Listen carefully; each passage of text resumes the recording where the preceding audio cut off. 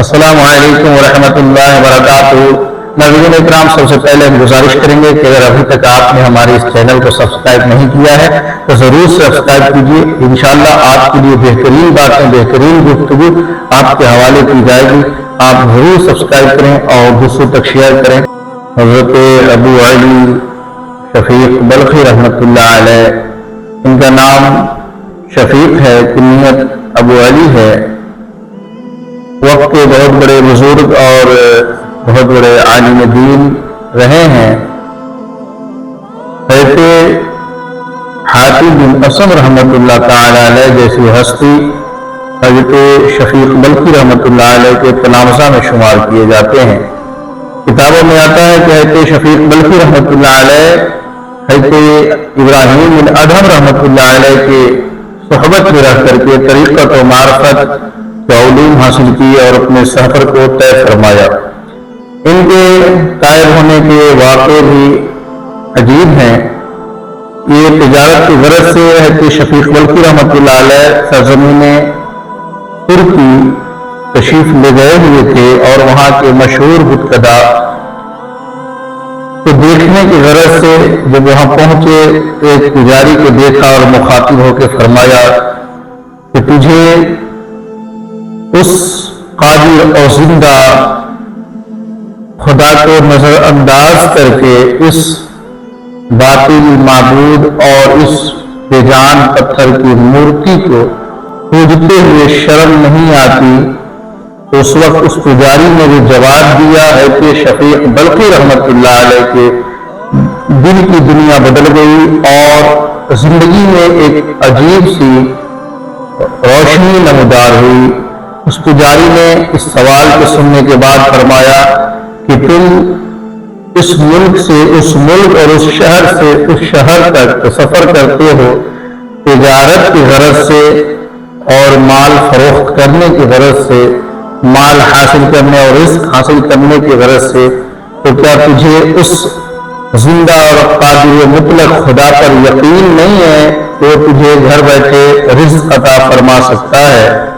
یہ بات جب اس پجاری نے کی کہ تم اگر تاجر تجارت نہیں بھی کرتے ہو تب بھی وہ رزق تمہیں دینے پہ قدرت رکھتا ہے اور قادر مطلق ہے۔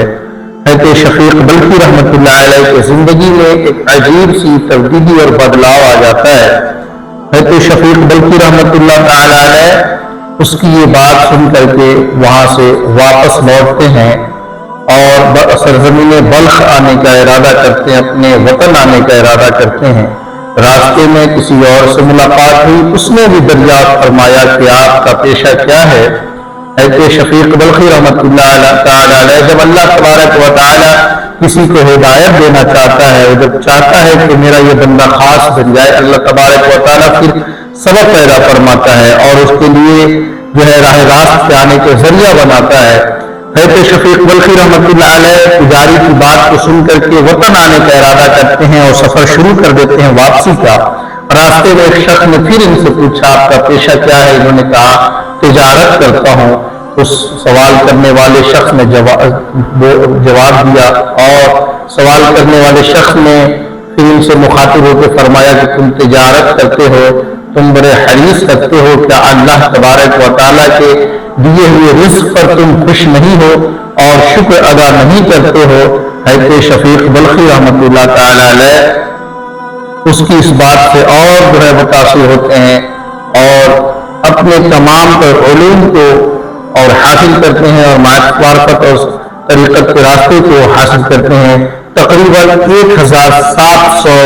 اساتذہ سے علم حاصل کرتے ہیں اور فرماتے ہیں کہ میں اتنا سارا کچھ سیکھنے کے بعد میں جس مقام پہ پہنچا وہ یہ پہنچا کہ رب تبارک و تعالیٰ کی رضا صرف اور صرف 4 چیزوں پر منحصر ہے۔ وہ فرماتے ہیں کہ سب سے اول چیز یہ ہے کہ رزق کی جانب سے سکون حاصل کرنا، یعنی جتنا اللہ پاک تمہیں رزق دے، جتنا روزی تمہیں پہنچے، اس کے سکون کے ساتھ زندگی گزارنا، رب کی تقسیم پر راضی رہنا اور اس پہ شکر گزاری کرنا۔ دوسرا یہ کہ لوگوں کے ساتھ خلوص کے ساتھ پیش آنا۔ آج معاشرے میں آپ نظریں اٹھائیں آپ کو معلوم پڑے گا، معاشرے میں آپ جب نظر دوڑائیں تو آپ کو معلوم پڑے گا کہ سب سے بڑی دولت جو چیز تھی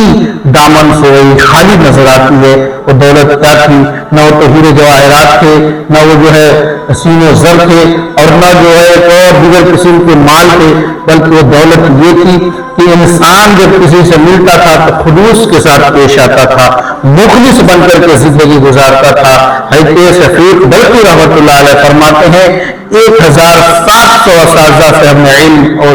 حاصل کیے ہیں، اور کئی شیوخ کے سامنے، کئی مشائخ کے سامنے ہم بیٹھ کر کے طریقت اور معرفت کا راستہ اختیار کیے ہیں، لیکن ان تمام علم کے حصول میں اور ان تمام اساتذہ سے جو کچھ سیکھا وہ تمام چیزوں کا نچوڑ 4 چیزوں میں ملی۔ وہ یہ کہ رزق کی جانب سے سکون حاصل کرنا، یعنی جو رزق اللہ پاک دے اس پہ خوش رہنا، اور دوسرا یہ کہ جب کسی سے ملو تو خلوص کے ساتھ پیش آنا، مخلص بن کر کے زندگی گزارنا، مخلص بن کر کے ایک دوسرے سے ملاقات کرنا۔ لیکن آج معاشرے سے یہ چیز بالکل اٹھتی جا رہی ہے۔ ایک دوسرے سے جب بھی کوئی مسکرا کے ملتا ہے بغیر مفاد کے اور بغیر مطلب کے نہیں ملتا، اگر کسی سے مفاد اور مطلب نہ ہو تو خلوص کے جائے، بلکہ اس سے مسکرا کر کے ملنا بھی گوارا نہیں کرتا، اس سے جو منہ پھیرتا ہوا نظر آتا، جس کی بنیاد کے معاشرے میں بگاڑ پیدا ہوتا ہے، جس کی بنیاد کے معاشرے میں خرابی پیدا ہوتی ہے، جس کی بنیاد کے معاشرے میں بدکاری پیدا ہوتی ہے۔ جب بندہ خلوص اور مخلص کو اپنا لیتا ہے اور مخلص ہو جاتا ہے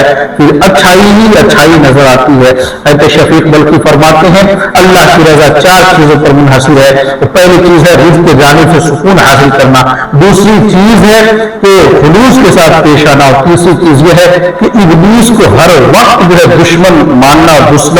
دشمن تسلیم کرنا۔ ابلیس ہر مقام پہ آپ کو غلط راستے پہ لے جانے کی کوشش کرے گا، ہر وقت آپ کے پیچھے پڑا رہے گا، ہر وقت وہ اللہ کے بارگاہ سے دور کرنا چاہے گا، ہر وقت رسول اللہ صلی اللہ علیہ وسلم کے نافرمانی کرانا چاہے گا، ہر وقت ابلیس کو دشمن سمجھنے کا مطلب یہ ہے کہ اللہ تبارک و تعالیٰ کا حکم مانتے رہنا اور اللہ کے رسول کی حکم کو تسلیم کرتے رہنا، حضور کی سنت پہ عمل کرتے رہنا۔ جس وقت حضور کی سنت سے جو ہے دل اور دماغ اور ذہن اور خواہشات میں جب آئے کوئی چیز کی سنت کو ترک کریں یا نماز کو ترک کریں، فوراً یہ سمجھ لینا کہ ابلیس ہمارا سب سے بڑا دشمن ہے، اور یہ دشمن ہمارا سب سے بڑا، یہ چال جو ہے ہمارا سب سے بڑا دشمن چل رہا ہے۔ اس کے بعد حضرت شفیق بلخی رحمۃ اللہ علیہ فرماتے ہیں کہ 3 چیزوں کے بعد چوتھی چیز جو ہے اللہ تبارک و تعالیٰ جس سے راضی رہتا ہے وہ یہ کہ توشے آخرت جمع کرنا، یعنی آخرت کی تیاری کرنا۔ جس طرح سے دنیا میں ہم بینک بیلنس اور جس طرح سے دنیا کی ساری چیزوں کو حاصل کرنے میں اپنے آپ کو کھپا دے رہے ہیں، اپنے وقت کو لگا رہے ہیں، اسی طرح آخرت کی تیاری کرنے میں بھی ہمیں اپنے وقت کو لگانا چاہیے، آخرت کے اعمال میں جو ہے جمع کرنے میں وقت کو لگانا چاہیے۔ ان 4 چیزوں پہ حضرت شفیق بلخی رحمۃ اللہ علیہ فرماتے ہیں ان 4 چیزوں پہ جو ہے اللہ تبارک و تعالیٰ کی رضا جو ہے منحصر ہے۔ میں یہ بات کر رہا تھا حضرت شفیق بلخی کی توبہ کے حوالے سے۔ حضرت شفیق بلخی جب دوسرے شخص نے بھی پوچھا کہ آپ کا کیا پیشہ ہے، جب انہوں نے بتایا میں تجارت کرتا ہوں، تو اس نے بھی طعنہ دیتے ہوئے فرمایا کہ تمہیں رازق کو یقین نہیں ہے، تم اس کے دیے ہوئے رزق پہ شکر ادا نہیں کرتے، کیا وہ تجھے گھر بیٹھا کر کے رزق نہیں دے سکتا ہے؟ حالانکہ یہ سب تب ہوتا ہے جب اللہ تبارک و تعالیٰ کسی بندے کو اپنا خاص بنانا چاہتا ہے۔ حضرت شفیق بلخی ترکی سے واپس جاتے جاتے اپنے گھر پہنچتے ہیں، جیسے ہی اپنے گھر پہنچتے ہیں خبر ملتی ہے کہ سردار اور بادشاہ وقت کا کتا گم ہو گیا ہے، اور اس نے کتے کی گمشدگی کے موقع پر جو ہے حضرت شفیق بلخی رحمۃ اللہ علیہ کے ہمسائے کو جو ہے گرفتار اور قید کر لیا ہے۔ حضرت شفیق بلخی رحمۃ اللہ علیہ سردار اور بادشاہ کے دربار میں جاتے ہیں، اور جانے کے بعد جو ہے ضمانت لیتے ہیں کہ ہمارے ہمسایہ کو چھوڑ دو، ہمارے ہمسایہ کو آزاد کر دو، تمہارا کتا جو 3 دن کے اندر تمہارے پاس موجود ہوگا۔ حضرت شفیق بلخی رحمۃ اللہ علیہ کے کہنے پر سردار نے ان کے ہمسایہ کو آزاد کیا اور چھوڑ دیا۔ حضرت شفیق بلخی اسے چھڑا کر کے گھر لائے۔ تیسرا دن جیسے ہی آیا ہے، کتے کو چوری کرنے والا انسان کتے کو لے کر کے حضرت شفیق بلخی رحمۃ اللہ علیہ کی بارگاہ میں آتا ہے۔ اس سے مقام حضرت شفیق بلخی معلوم ہوتا ہے کہ اللہ تبارک و تعالیٰ اپنے محبوب ترین بندوں کی بات کو سنتا ہے اور اس کے ذریعے سے دوسرے مخلوق کے دل میں اس کی بات کو ڈالتا ہے۔ حضرت شفیق بلخی اس کتے کو لیتے ہیں اور سردار کے حوالے کر دیتے ہیں، یہاں سے وہ دنیا سے کنارہ کشی کر لیتے ہیں۔ ایک وقت اسی طرح چلتے چلتے بازار میں ان کا گزر ہوا، بازار میں گزر جب دیکھتے ہیں وہ ایسا علاقہ اور وہ ایسا زمانہ تھا کہ بلخ کے سرزمین پر قحط سالی ہو گئی تھی اور قحط سالی آئی ہوئی تھی۔ قحط سالی تمام تر لوگ برباد ہو رہے تھے، جانور ہلاک ہو رہے تھے اور انسان ہلاک ہو رہے تھے، کیونکہ قحط سالی مال کی تنگی اور مال نہ ہونے کی بنیاد پہ لوگ بھوکے مر رہے تھے۔ حضرت شفیق بلخی رحمۃ اللہ علیہ کا گزر کے بازار سے ہوا، ایک غلام کو بالکل خوش اور مسکراتے ہوئے دیکھا اور وہ بالکل خوش نظر آیا۔ حضرت شفیق بلخی رحمۃ اللہ علیہ نے دریافت فرمایا، ذرا بتاؤ دنیا رو رہی ہے، پورا بلخ جو ہے گڑگڑا رہا ہے اور پورا بلخ جو ہے ہلاک ہو رہا ہے، برباد ہو رہا ہے، کیا وجہ ہے کہ تم مسکرا رہے ہو؟ حضرت شفیق بلخی رحمۃ اللہ علیہ کے سوال پہ اس غلام نے جواب دیا کہ دنیا پریشان ہے، بلخ کے لوگ برباد ہو رہے ہیں، ہلاک ہو رہے ہیں، اس سے مجھے کیا غرض؟ میں جس آقا کا غلام ہوں اس آقا کے پاس غلہ بہت ہے اور وہ مجھے کبھی ہلاک نہیں ہونے دے گا، مجھے مرنے نہیں دے گا۔ اتنی سی بات حضرت شفیق بلخی رحمۃ اللہ علیہ سنتے ہیں تو رب کے بارگاہ میں لو لگاتے ہیں اور گزار ہوتے ہیں، بار الہ جب ایک دنیا کے آقا کا غلام کا عالم یہ ہے کہ اگر آقا کے بارگاہ میں کچھ غلہ اور اناج ہے، مال ہے تو خوش نظر آتا ہے، اس بنیاد پہ کہ اسے کبھی ہلاک ہونے نہیں دے گا، وہ آقا کبھی اس غلام کو برباد ہونے نہیں دے گا، پھر ہم تم پر یقین کیوں نہ کریں، ہم تم پر تمہاری ذات پر بھروسہ کیوں نہ کریں؟ تو آقاؤں کا آقا ہے، تو مالک الملک ہے، تمام ملک کا مالک ہے، تمام بادشاہوں کا بادشاہ ہے۔ یہ حضرت شفیق بلخی رحمۃ اللہ تعالی علیہ کی زندگی اور دنیا یہاں سے اور تبدیل ہو جاتی ہے اور بدل جاتی ہے۔ چلتے چلاتے حضرت شفیق بلخی رحمۃ اللہ علیہ اللہ تبارک و تعالیٰ کے بہت بڑے بزرگیدہ بندے اور وقت کے بہت بڑے ولی اور درویش بن جاتے ہیں۔ حضرت شفیق بلخی رحمۃ اللہ تعالی علیہ جب حج کے سفر پہ تھے اور سفر حج کے دوران جو ہے حضرت شفیق بلخی رحمۃ اللہ تعالی علیہ جب مکہ المکرمہ پہنچتے ہیں تو پہنچنے کے بعد دل میں یہ خیال آتا ہے کہ خانہ خدا میں تلاش رزق جو ہے درست نہیں ہے، یہ مناسب نہیں ہے۔ چلتے چلاتے ملاقات ان کے شیخ حضرت ابراہیم بن ادھم رحمۃ اللہ علیہ سے ہو جاتی ہے۔ حضرت شفیق بلخی رحمۃ اللہ علیہ نے فرمایا، ذرا بتائیے اس خانہ خدا میں آپ کا ذریعہ معاش کیا ہے، رزق کہاں سے پاتے ہیں؟ حضرت ابراہیم بن ادھم رحمۃ اللہ تعالی علیہ نے فرمایا تھا، حالانکہ وہ بھی بہت بڑے بزرگ تھے اور بہت بڑے وقت کے جو ہے ولی گزرے ہیں، حضرت ابراہیم بن ادھم رحمۃ اللہ تعالی علیہ فرماتے ہیں کہ اللہ تبارک و تعالیٰ کی جانب سے کچھ مل جاتا ہے تو شکر ادا کرتا ہوں اور اگر نہیں ملتا ہے تو صبر کر لیتا ہوں۔ اللہ اکبر۔ حضرت شفیق بلخی رحمۃ اللہ علیہ اس جواب کو فرماتے ہیں کہ آپ کا ذریعہ معاش یہی ہے کہ اللہ تبارک و تعالیٰ رزق دیتا ہے تو اس پہ آپ شکر ادا کرتے ہیں اور اگر نہیں ملتا ہے تو صبر کرتے ہیں۔ تو ایسا کرنے کو تو کتا بھی کر لیتا ہے کہ مل جاتا ہے تو کھا لیتا ہے، نہیں ملتا ہے تو چپ رہتا ہے۔ تو حضرت ابراہیم بن ادھم رحمۃ اللہ تعالی علیہ نے حضرت شفیق بلخی سے دریافت فرمایا کہ آپ کا ذریعہ معاش کیا ہے اور آپ کا اصول اور آپ کا طریقہ کیا ہے؟ حضرت شفیق بلخی رحمۃ اللہ تعالی علیہ فرماتے ہیں کہ اللہ تبارک و تعالیٰ جب ہمیں کچھ عطا فرما دیتا ہے، رزق مل جاتا ہے، ہم اس کو خیرات کر دیتے ہیں اور اگر نہیں ملتا ہے تو ہم اس کا شکر ادا کرتے ہیں اور صبر کر لیتے ہیں۔ اللہ اکبر۔ یہ ہے اللہ کے برگزیدہ بندے اور یہ ہے اللہ تبارک و تعالیٰ کے بارگاہ کے جو ہے محبوب ترین بندے۔ حضرت شفیق بلخی رحمۃ اللہ علیہ کتابوں میں بہت بڑا نام ہے، بہت بڑے ولی اور بزرگ ہیں۔ ایک مرتبہ بغداد کی سرزمین پر جب حضرت شفیق بلخی رحمۃ اللہ علیہ سفر حج کے دوران پہنچے تو بغداد کا حاکم وقت حضرت ہارون رشید رحمۃ اللہ علیہ نے ان کی دعوت کی اور ان کو بلایا اور بلانے کے بعد بڑے احترام کے ساتھ ان کی جو ہے خاطرداری کی اور دریافت فرمایا اور کہا کہ آپ مجھے کچھ نصیحت فرما دیجیے۔ حضرت ہارون رشید کو جو ہے حضرت شفیق بلخی رحمۃ اللہ علیہ نے نصیحت فرمائی کہ اللہ تبارک و تعالیٰ نے تجھے عدالت کی کرسی پہ بیٹھایا ہے، عدل کا تقاضا کرتا ہے، صداقت کی کرسی پہ بیٹھایا ہے تجھے، جو صدیق اکبر کے مقام پہ بیٹھایا ہے تجھ سے صدق کا جو ہے صدق کا تقاضا کرتا ہے، تجھے حضرت عثمان غنی رضی اللہ تعالیٰ عنہ کے مقام پہ بیٹھایا ہے تو اس سے اللہ تبارک و تعالیٰ سخاوت کو جو ہے تقاضا کرتا ہے، حضرت علی رضی اللہ تعالیٰ عنہ کے مقام پہ بیٹھایا ہے تو اس سے جو ہے علم کا دریا بہانے کا جو ہے تقاضا کرتا ہے۔ اور چلتے چلاتے نصیحت فرمائی کہ ہارون رشید اللہ تبارک و تعالیٰ نے تجھ سے سوال کرنا ہے، عدل و حیا اور جو ہے صدق کے حوالے سے باز پرش کرنا ہے، اور اگر تم وہاں جو ہے فیل کر گئے تو اللہ تبارک و تعالیٰ تجھے جہنم کا سردار بنا دے گا۔ معلوم یہ ہوا کہ جو جتنے بڑے مقام پہ ہوتا ہے اللہ تبارک و تعالیٰ کی جانب سے اتنی بڑی اس کے اوپر آزمائشیں اور ذمہ داریاں آتی ہیں۔ حضرت ہارون رشید رحمۃ اللہ علیہ کی نصیحت فرماتے ہوئے فرماتے ہیں کہ تم ایک دریا کی طرح ہو، حکیم وقت دریا ہوتا ہے اور اس کے حکام اور اعمال جو ہے وہ نہریں ہوتے ہیں، جیسا تم کرو گے تمہارے حکام پورے ماتحت میں رہ کر کے ویسا عمل کریں گے۔ حضرت ہارون رشید رحمۃ اللہ علیہ نے حضرت شفیق بلخی رحمۃ اللہ علیہ کی تمام باتوں کو اپنے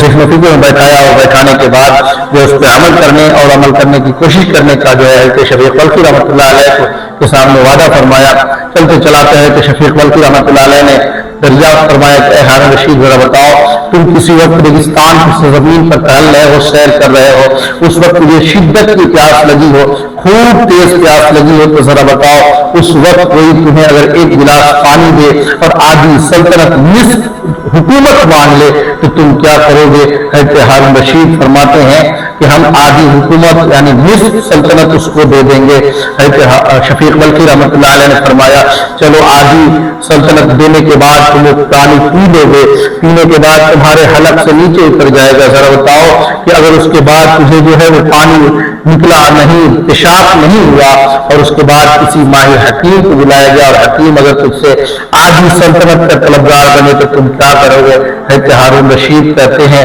کہ ہاں پھر میں اس کے علاج کے لیے آگے سلطنت کو ختم کر دوں گا۔ حضرت شفیق بلخی رحمۃ اللہ علیہ سمجھاتے ہوئے یہ فرماتے ہیں کہ تب ذرا سوچو،